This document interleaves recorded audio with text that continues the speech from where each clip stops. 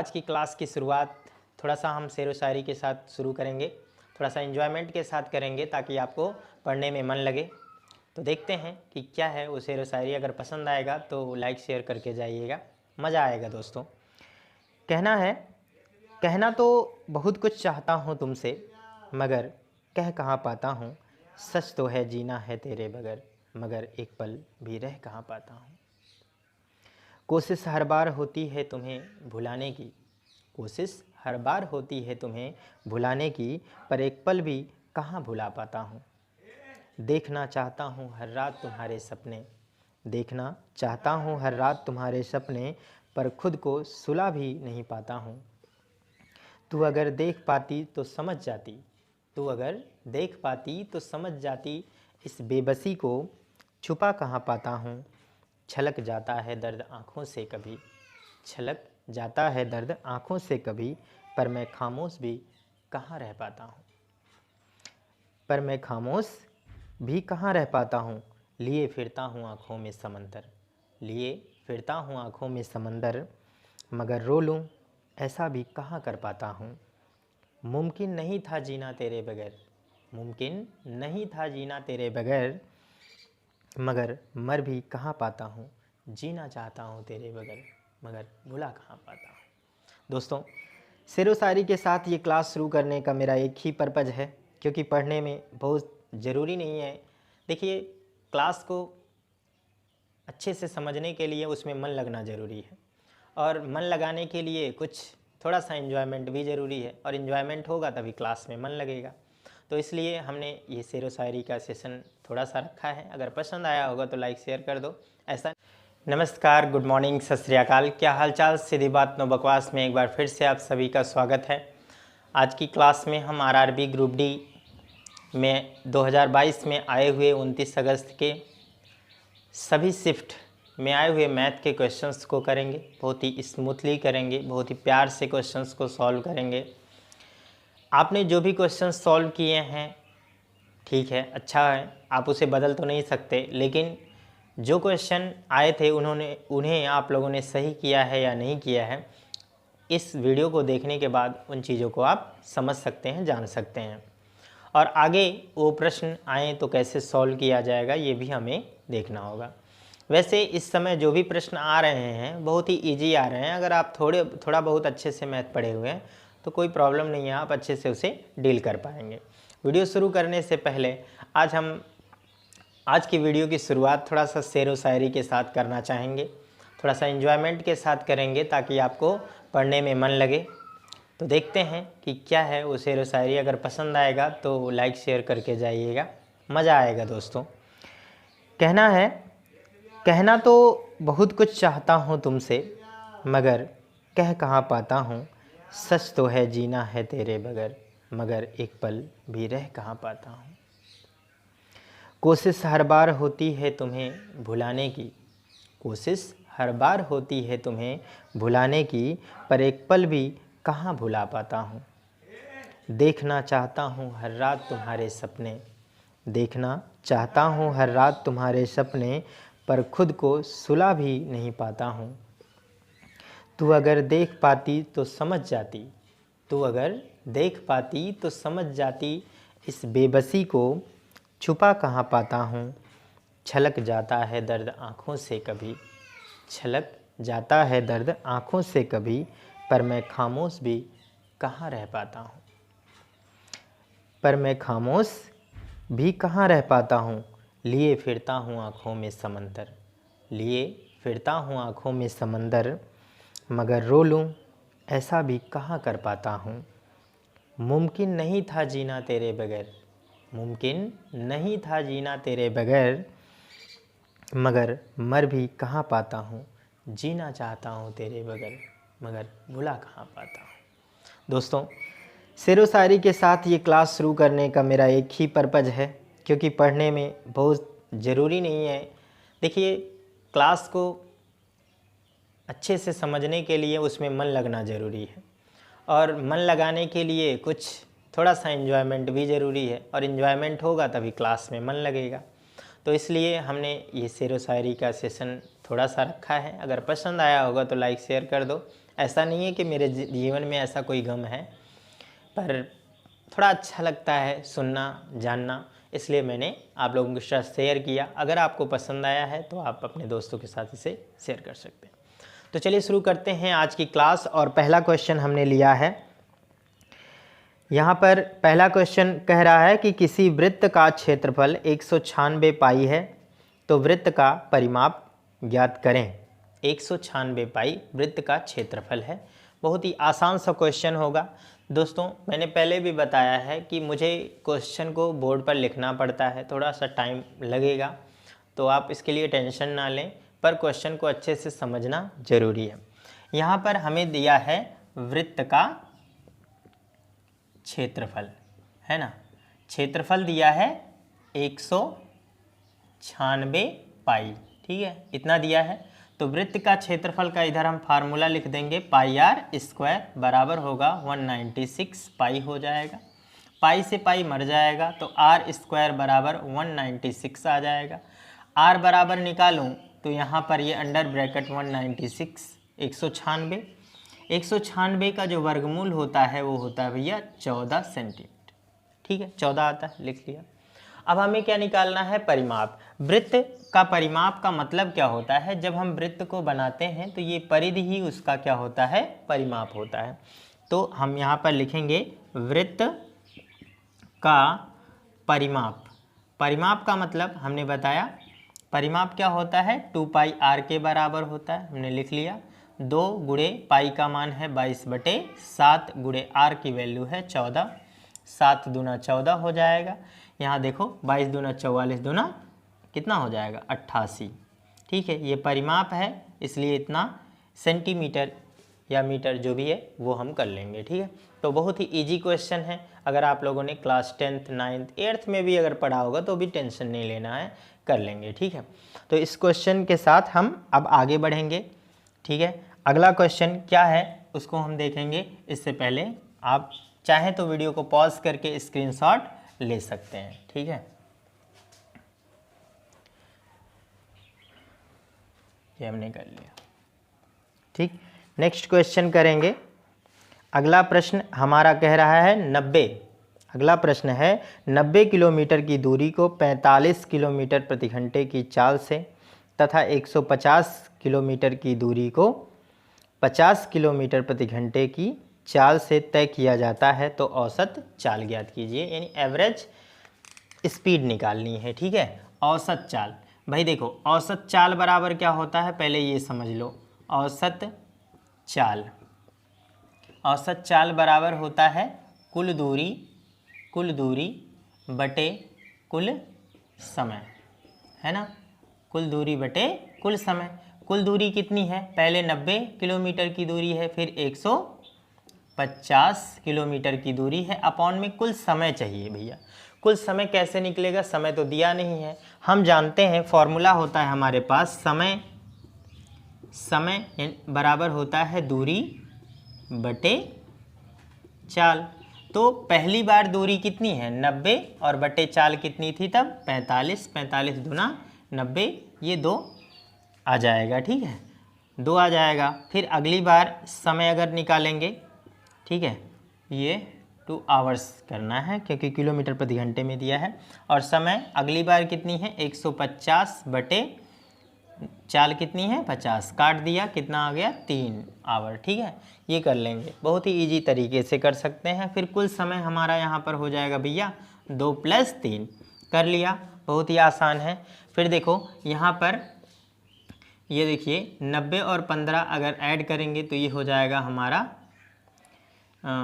यहाँ पर 50 ऐड कर दें तो फिर 240 बटे 3 2 5 हो जाएगा, 5 से काट दिया जाए, यहाँ पर 5 चौके 20, 4 बचेगा, 5 8 40, ये आ जाएगा भैया 48 किलोमीटर पर आवर।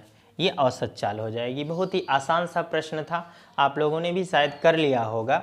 अगर नहीं पता तो शॉर्ट ट्रिक के माध्यम से इस तरह से हम कर सकते हैं, ठीक है। बहुत ही आसान है, मज़ा आ रहा होगा, ठीक है। चलिए वीडियो को पॉज करके स्क्रीनशॉट ले लिया करें। हम यहाँ पर आप लोगों को 1-2 सेकंड का टाइम दे रहे हैं, ठीक है। चलिए वीडियो को पॉज कर लिया, स्क्रीनशॉट ले लिया, ठीक है। अब हम अगला प्रश्न देखेंगे। अगला प्रश्न क्या कह रहा है हमारा, ठीक है। नेक्स्ट क्वेश्चन इज, अगला प्रश्न है हमारा, कह रहा है एक 250 मीटर रेलगाड़ी एक खंभे को 8 सेकंड में पार करती है। यदि वो एक प्लेटफार्म को पार करने में 20 सेकंड का समय लगाती है तो प्लेटफार्म की लंबाई ज्ञात कीजिए। ठीक है, तो ये चीज़ हमें ज्ञात करना है। बहुत ही आसान तरीके से हम इसे कर पाएंगे। तो कैसे करेंगे देख लेते हैं भाई। ठीक है, अब देखो यहाँ पर कह रहा है 250 मीटर लंबी रेलगाड़ी एक खंभे को 8 सेकंड में पार करती है। रेलगाड़ी और समय का जो संबंध है वो कैसा होता है, बहुत ही इजी होगा। जो रेलगाड़ी की लंबाई होती है ना, लेंथ जो होती है वो डिस्टेंस के बराबर होती है। तो डिस्टेंस हमारा हो जाएगा भैया 250 हो जाएगा और टाइम हमारा हो जाएगा 8 सेकंड हो जाएगा। ठीक है, 8 सेकंड, ये है आपका मीटर।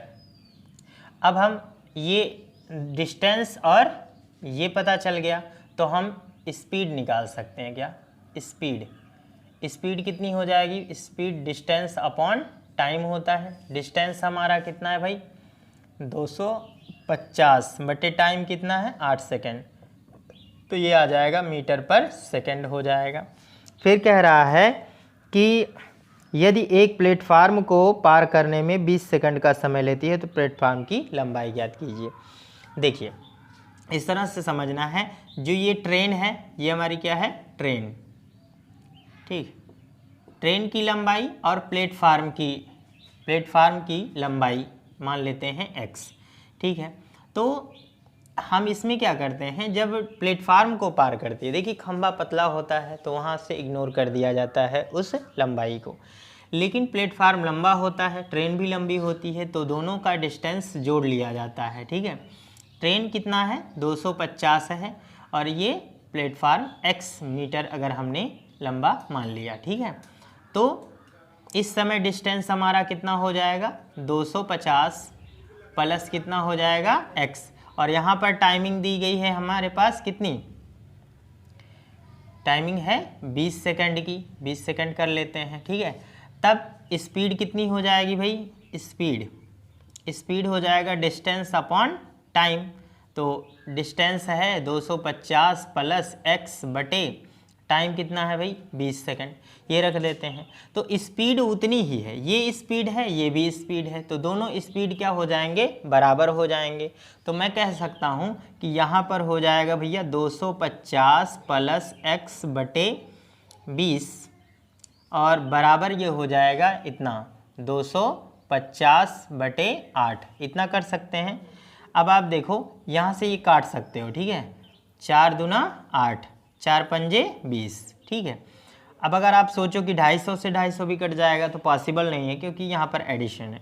फिर यहाँ पर क्रॉस मल्टीप्लिकेशन करते हैं तो ये हो जाएगा हमारा 250 दूना 500 हो जाएगा और प्लस ये हो जाएगा 2x बराबर 500 का 250 में गुणा कर दें तो हो जाएगा 25 बच्चे 125, ये हो जाएगा 0। आगे सॉल्व करें भाई, 500 उधर चला जाएगा तो ये आ जाएगा हमारा 2x बराबर 1250 माइनस 500। ठीक है, तो ये आ जाएगा कितना, 12 में से 500 गया 750 बटे 2x। फिर x बराबर आ जाएगा, देखिए 750 बटे कितना हो जाएगा 2, काट दिया, x बराबर आ जाएगा 350 मीटर।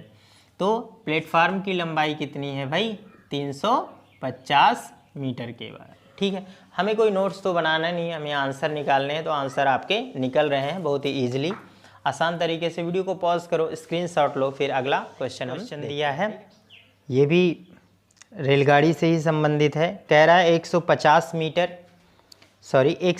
मीटर तथा 120 मीटर लंबी 2 रेलगाड़ियां समांतर पटरियों पर एक दूसरे की तरफ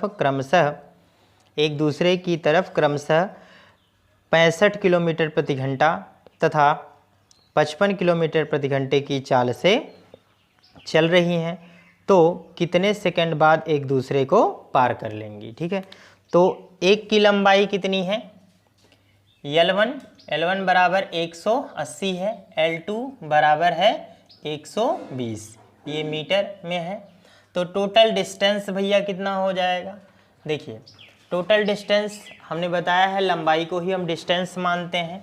डिस्टेंस L1 प्लस L2 बराबर आ जाएगा 180 प्लस 120 बराबर 20 जोड़ दें 200, ये हो जाएगा 300 मीटर। ठीक है।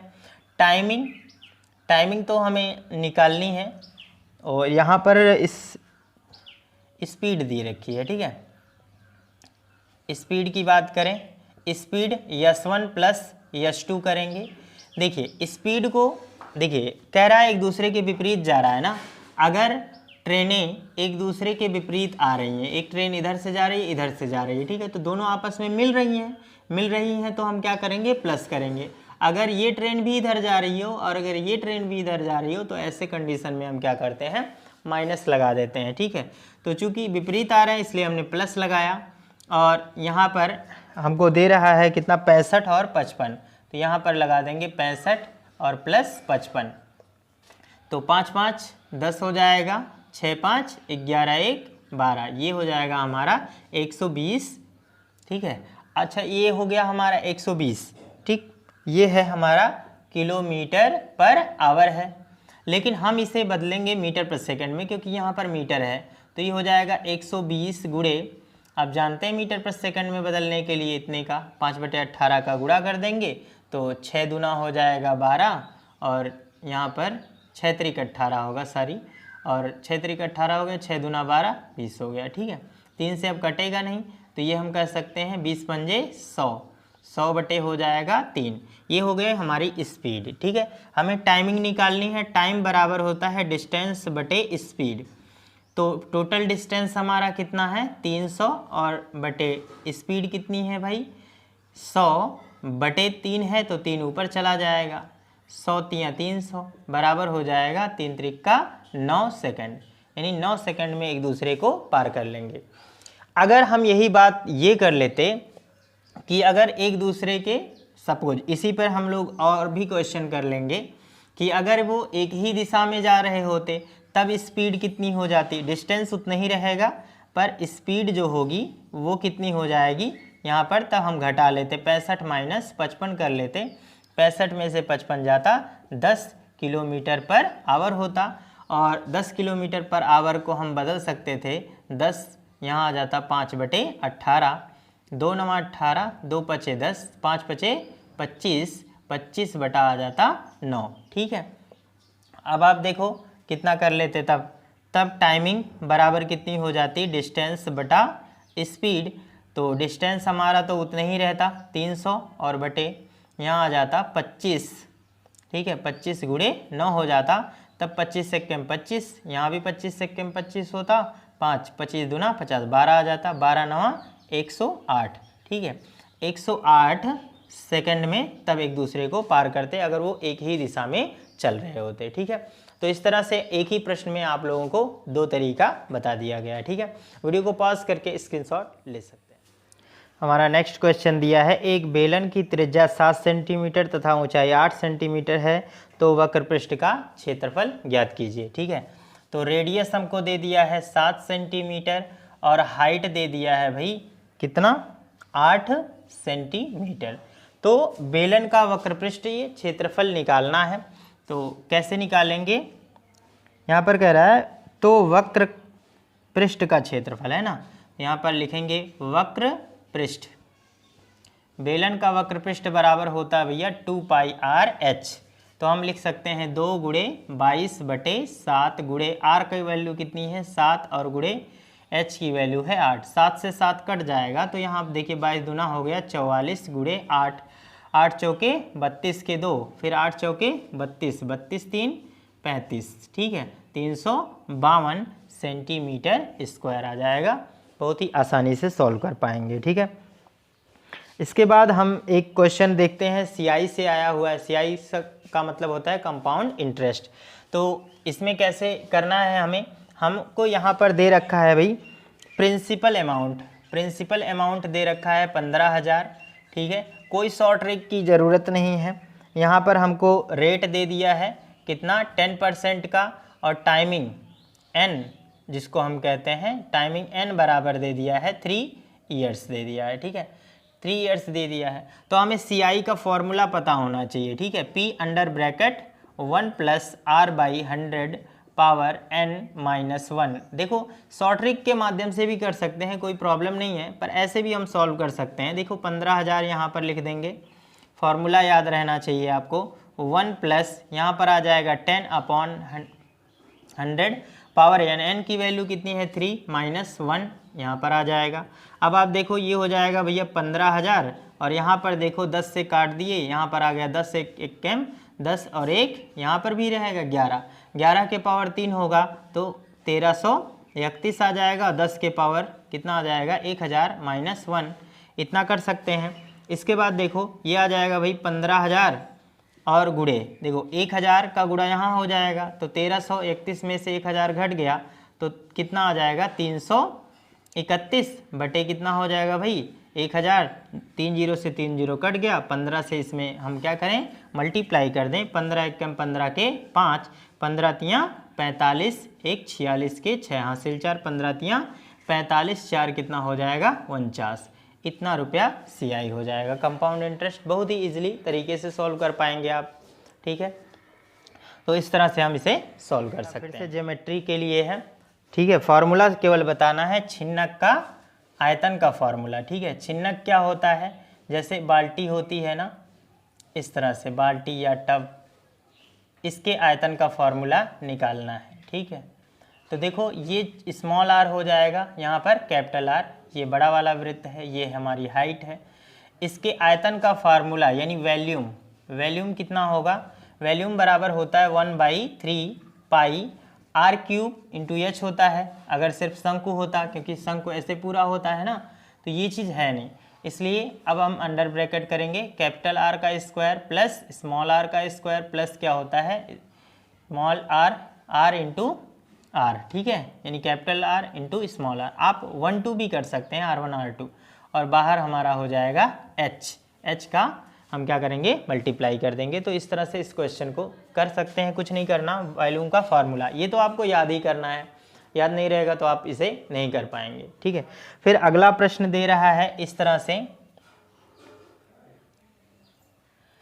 ठीक है, ये हमारा दिया है 75 डिग्री, ठीक है 75 डिग्री दिया है, और यहाँ से इस कोण का अर्धक दिया, इस कोण का अर्धक दिया, ये O पॉइंट हो गया। अगर हम समझ लें इसे ABC कह रहा है, तो हमें इस कोण की वैल्यू पूछ रहा है। बहुत से बच्चों ने आंसर किया होगा 150, ठीक है 150, 75 दूना 150 हो जाएगा, पर ऐसा नहीं होगा। ऐसा तब होगा जब हम वृत्त के अंदर इसे देखेंगे इस तरह से, केंद्र पर कोण बना, शीर्ष पर बने कोण का क्या होता है 2 गुना होता है। अगर ऐसा होता तो हम कर सकते थे, लेकिन ऐसा तो है नहीं, इसलिए हम डबल नहीं करेंगे। ये फॉर्मूला होता है कोण O बराबर आ जाएगा 90 प्लस ये इसका अर्धक है ना, तो इसका आ जाएगा कोण A/2 हो जाएगा। यहाँ पर हम कह सकते हैं 90 प्लस ये फॉर्मूला होता है, ये 75/2, इसको कैंसिल कर दीजिए तो यहाँ पर आ जाएगा, ये आ जाएगा 90 प्लस 37.5, ठीक है। आप ऐड कर दीजिए, ये हो जाएगा 7 दशमलव यहाँ पर 5 कर लो, उसके बाद 7 आ जाएगा, 7 0 9 3 9 3 9 3 12, ठीक है 127.5 डिग्री। इस तरह से इसका भी हम आंसर निकाल सकते हैं, ठीक है। वीडियो को पॉज करके स्क्रीनशॉट ले लो, फिर मैं अगला प्रश्न स्टार्ट कर। अगला क्वेश्चन हमारा टाइम एंड वर्क से है, कह रहा है A किसी काम को 12 दिन में, B उसी काम को 16 दिनों में तथा C उसी काम को 24 दिनों में कर सकता है कंप्लीट, ठीक। कह रहा है तो यदि A, B और C तीनों एक एक दिन काम करते हैं तो कुल कार्य कितने दिन में समाप्त होगा। मतलब ये अंतराल करके काम कर रहे हैं, ठीक है। तो हम यहाँ पर देखेंगे A द्वारा एक उस काम को कितने दिन में कर सकता है 12 दिन में, ठीक है। B C काम को कितने दिन में कर सकता है 16 दिन में, ठीक है, इस तरह से दिया है 16 दिन में। और C उसी काम को कितने दिन में कर सकता है भाई 24 दिन में, ठीक है। तो इनका LCM ले लो भाई, एलसीएम कितना आ जाएगा 48 आ जाएगा। अब ए की कैपेसिटी कितनी हो जाएगी 12 चौक 48, 16 तियाँ 48 और 24 दूना 48, ये दोनों की ये सभी की कैपेसिटी हो जाएगी जिसको हम कहते हैं क्षमता कहते हैं। ठीक है, तो अब देखो इसमें क्या करेंगे, देखिए टोटल काम कितने हो जाएंगे। ठीक है, मतलब 12 का यूनिट ये है और 16 का यूनिट मतलब बी का यूनिट ये है, बी इतना यूनिट काम करेगा एक दिन में और सी 2 यूनिट काम करेगा। तो कुल मिलाकर एक एक दिन काम कर रहे हैं ना ये लोग, एक एक दिन काम कर रहे हैं, तो कुल मिलाकर 3 दिन हो जाएंगे, है ना। 3 दिन का जो काम होगा वो 4 3 7 2 9 के बराबर हो जाएगा। कितना हो जाएगा भाई 4 3 7 2 9 यूनिट के बराबर होगा, यानी 3 दिन में 9 यूनिट काम हो रहा है। ठीक है, तो कुल मिलाकर 48 यूनिट काम करना है। ठीक, 48 यूनिट काम करना है, तो 9 का 48 के करीब गुणा कर लेते हैं, 9 पचे 45। ठीक है, 5 का इसमें गुणा कर दो, 5 का इसमें मल्टीप्लाई कर दो, तो इसमें भी 5 का मल्टीप्लाई कर दो। ठीक, 5 तियाँ आ जाएगा 15, 9 पचे 45, यानी 15 दिन में 45 यूनिट काम हो जाएगा। ठीक, 15 दिन ये हो गया और 45 यूनिट हो गया। अभी कितने यूनिट बचे हैं 3 यूनिट। हम जानते हैं कि तब आखिरी में शिफ्ट किसका आएगा, ए वाले का आएगा, है ना। और ए तो 4 यूनिट काम कर ले रहा है ना, और बचे कितने हैं 3 ही यूनिट, तो 15 दिन, ठीक है 15 दिन प्लस आखिरी के 3 ही यूनिट काम करने हैं, तो 3 बटे कितना हो जाएगा 4, कितना हो जाएगा 3 बटे 4, इतना दिन लगाएगा वो काम। तो टोटल कितना आ जाएगा भैया 15 सही 3 बटा 4 यूनिट काम हो जाएगा। ठीक है, सॉरी 15 सही 3 बटा 4 दिन में काम समाप्त हो जाएगा। इस तरह के प्रश्न आप लोगों ने बहुत सारे किए होंगे, तो कर सकते हैं, कोई प्रॉब्लम नहीं है। तो इतने क्वेश्चंस हमें मिले हैं, और अगर आपके पास और भी कोई क्वेश्चंस है तो प्लीज़ हमें व्हाट्सएप नंबर पर भेज सकते हैं उसे मैसेज के माध्यम से, तो हम उन क्वेश्चंस को भी पिकअप करेंगे और उन्हें सॉल्व करेंगे। ठीक है, तो दोस्तों मिलते हैं अगली वीडियो में। जय हिंद, जय भारत।